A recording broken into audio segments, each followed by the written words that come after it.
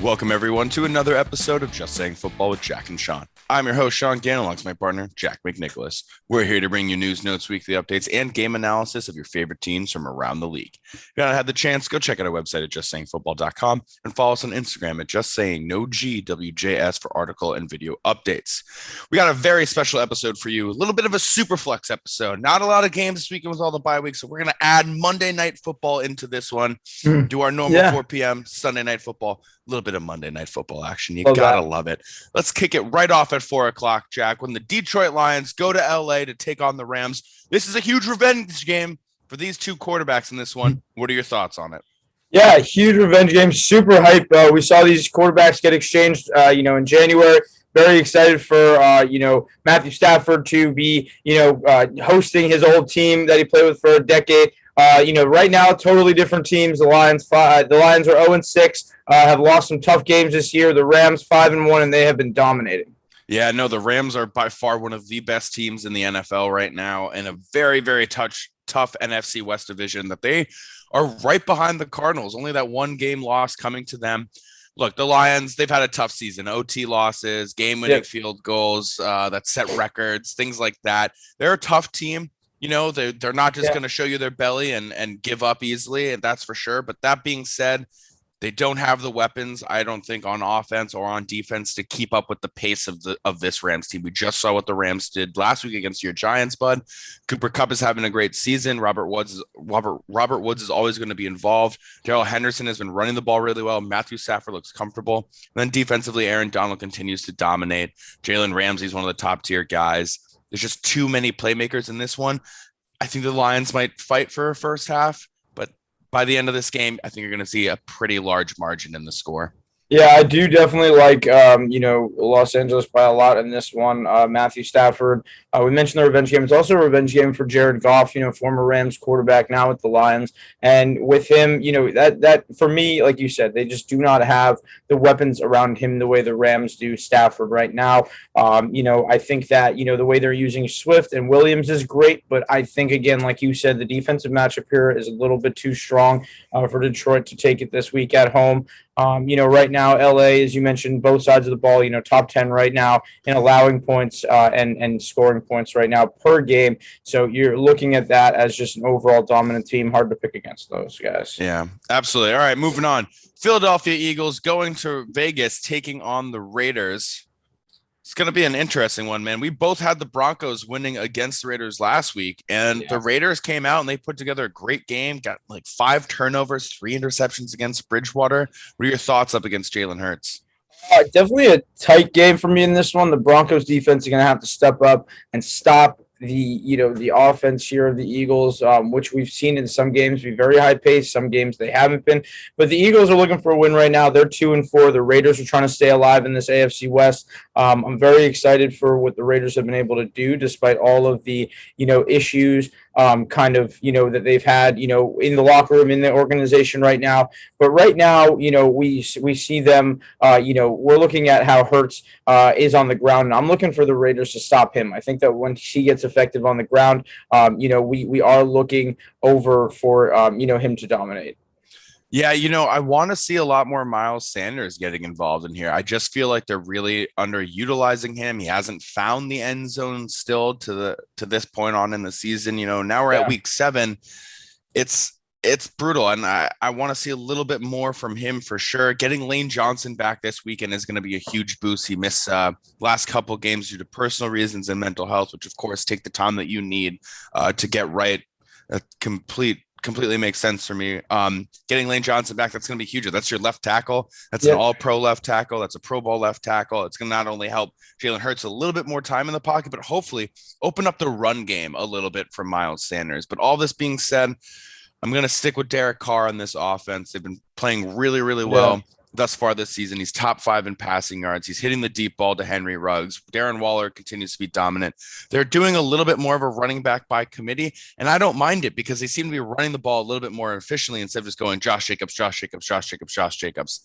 So I think this is going to be a good game for the Raiders. I think the Eagles are going to put up a fight for sure, but Raiders are going to come out on top. Yeah, definitely. I like I like them in this one with Derek Carr, as you mentioned. I would love to see the Raiders' run game getting going. They're not even rushing for over 80 yards per game this year, and that's kind of shocking with what you would expect from Josh Jacobs and Kenyon Drake earlier this year.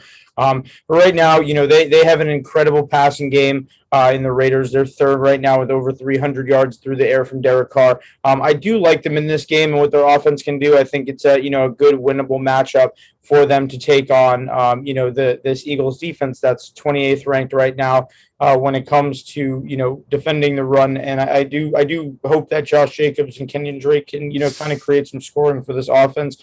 We've seen Henry Ruggs step up a lot this year too. I think this could be a big game for him.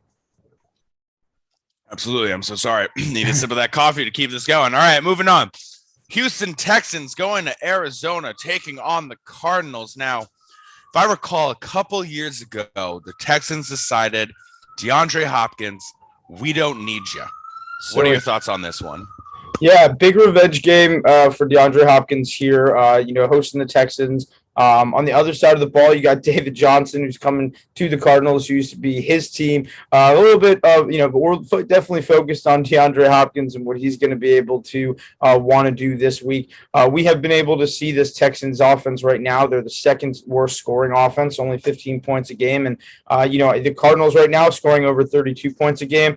It's very hard to contain the Cardinals right now. Absolutely. I mean, Kyler Murray is looking like an MVP caliber guy. James Conner, Chase Edmonds are running the ball really, really well and efficiently, especially when they get in the red zone. They're really utilizing James Conner. DeAndre Hopkins, we all know what he's doing. Christian Kirk has really stepped up. It looks like the addition of Rondale Moore kind of lit a fire in his belly a little bit, and now he's more aware, got to be making some more plays, and Kyler's been finding him. And then defensively, this team has just been absolutely explosive. I mean, J.J. Watt, Chandler Jones continue to do great. The secondary, one that I was a little bit hesitant on in the offseason, has just been absolutely shut down against teams. I'm looking at this Texans teams, man. They've only scored 25 points in the last 3 games. In one of those games, they scored 22. The other 2 was 0 and 3. Yeah. Like you mentioned, 15 points a game. That's not going to get it done in the NFL.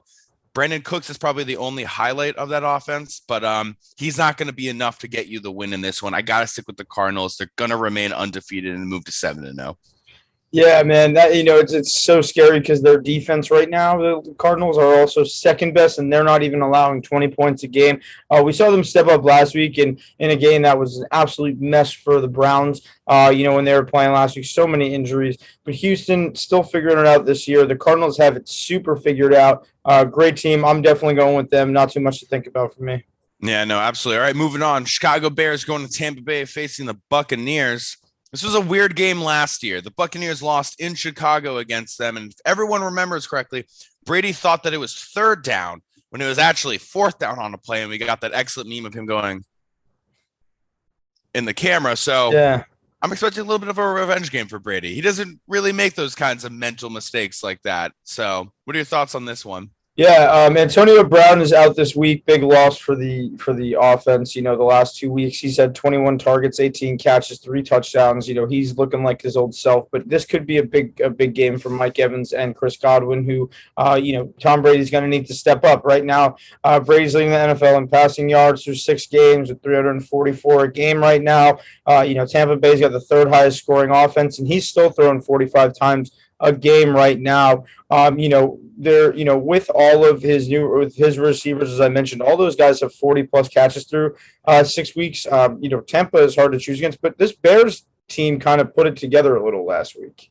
Yeah, no, absolutely. I think what you're hoping for in this game is obviously a win if you're a Bears fan and you're part of the Bears franchise. But more than anything, what you want to see is this Buccaneers secondary has been weak all season. You and I have been talking about it constantly in these videos. They're ranked last when it comes to passing yards. They don't have Richard Sherman this weekend. They won't have their top guy, Carlton Davis. They're going to be down essentially their top 2 starting guys. They won't have any Devin White as well.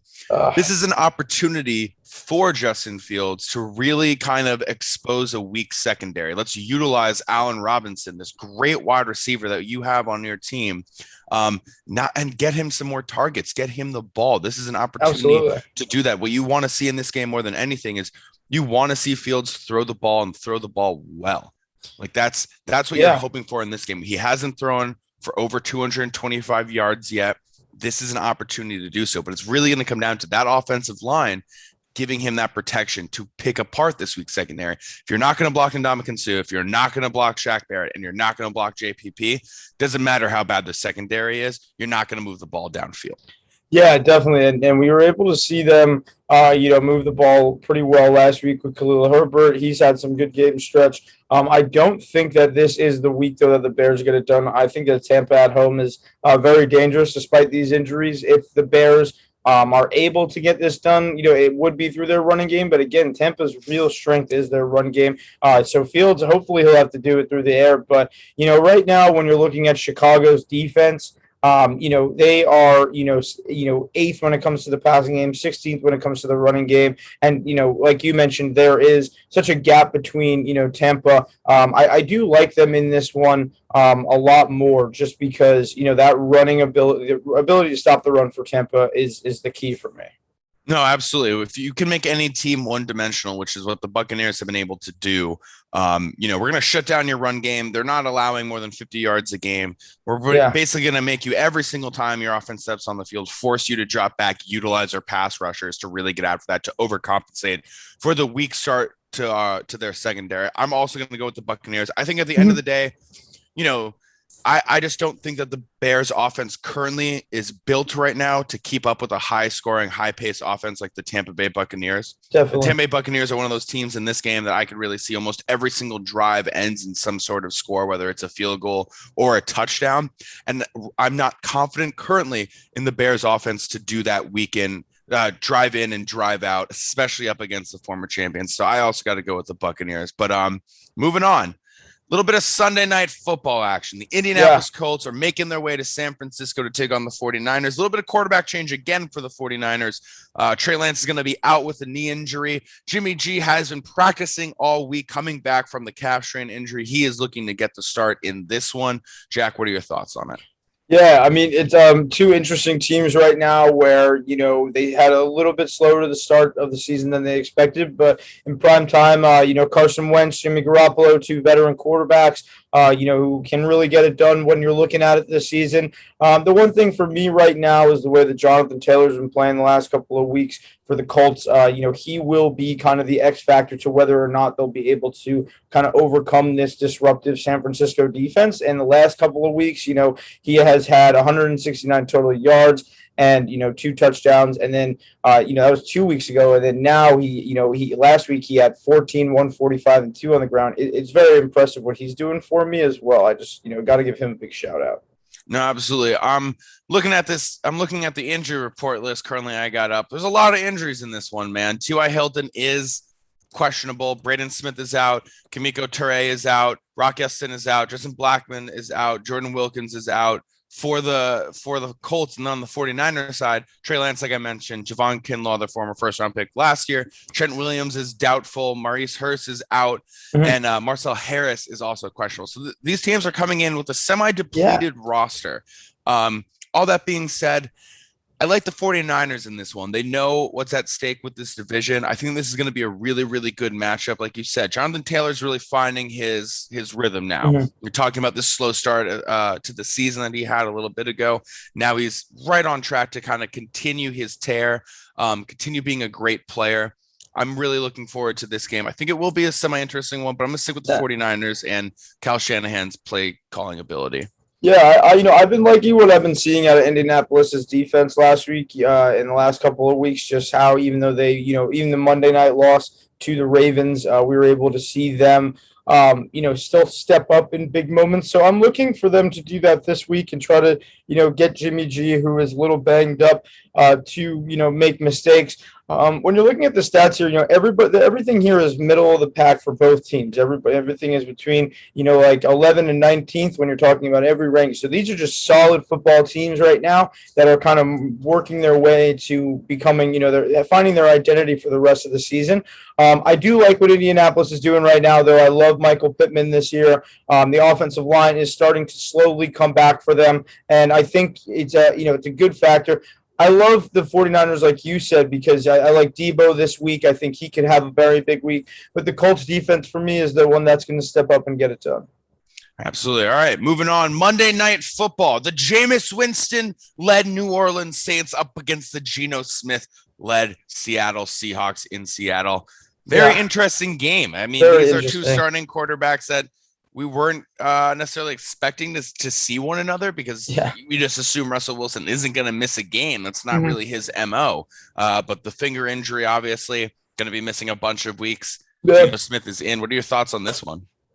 I mean, last week we definitely saw that Tyler Lockett doesn't do as well with Geno Smith than he does with Russell Wilson, obviously. And he's a huge part of this offense. It seems like when Seattle does really well, it comes between their two, receivers, DK Metcalf and Tyler Lockett. And last week we just weren't able to see that in the Pittsburgh game. No, not a lot, but they did mount a semi-comeback. Alex Collins looked really comfortable running the ball. That's what you want to see with the Chris Carson injury.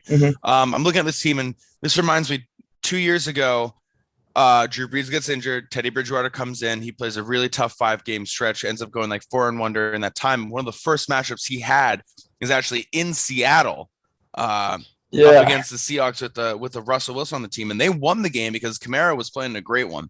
Now, I think that you want to win this game, it's the Kamara show. You got to be giving him the ball a lot, letting him run the ball, finding ways to get him in the passing game a little bit more involved. I'm going to go with the Saints on this one. The offense for the Seahawks looks different, like we're talking about, and I don't know if they're going to be able to flip that switch immediately this week and then get right back on track. I think that sadly the Seahawks are going to be outside looking in this year when it comes to that division. With no Russell Wilson, this team takes a big step back. No offense to Geno Smith, good quarterback, serviceable quarterback, absolutely. But when Russell Wilson is in, he's one of the best players in the league. Yeah, and like you're talking about, he has a good rapport with the wide receivers. It's hard to build that rapport. Now almost midway into the season. So I gotta stick with the Saints on this one. Yeah, and New Orleans right now, like you mentioned, it has to go through Alvin Kamara. They're coming off the bye. They haven't been getting him involved in ways that we were wanting to see him get involved. It's interesting with New Orleans right now. Jameis in 6 games, he's throwing less than 20 passes a game. So you'd expect that they would be, getting a lot done on the ground. But, like we said with Seattle, there's a lot of issues right now with their offense, but their defense is, an open it's a very, very good matchup for Alvin Kamara right now. They are, the 28th ranked passing defense. They really don't allow, Seattle really doesn't support the offense enough on the defensive side for me to say, no matter who's playing quarterback, Seattle's defense will get it done. New Orleans, they're going to get creative coming out of the bye, and I like them as well in this one. All right.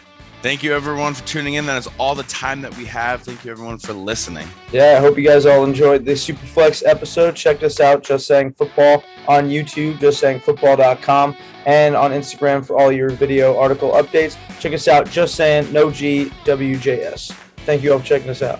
Enjoy.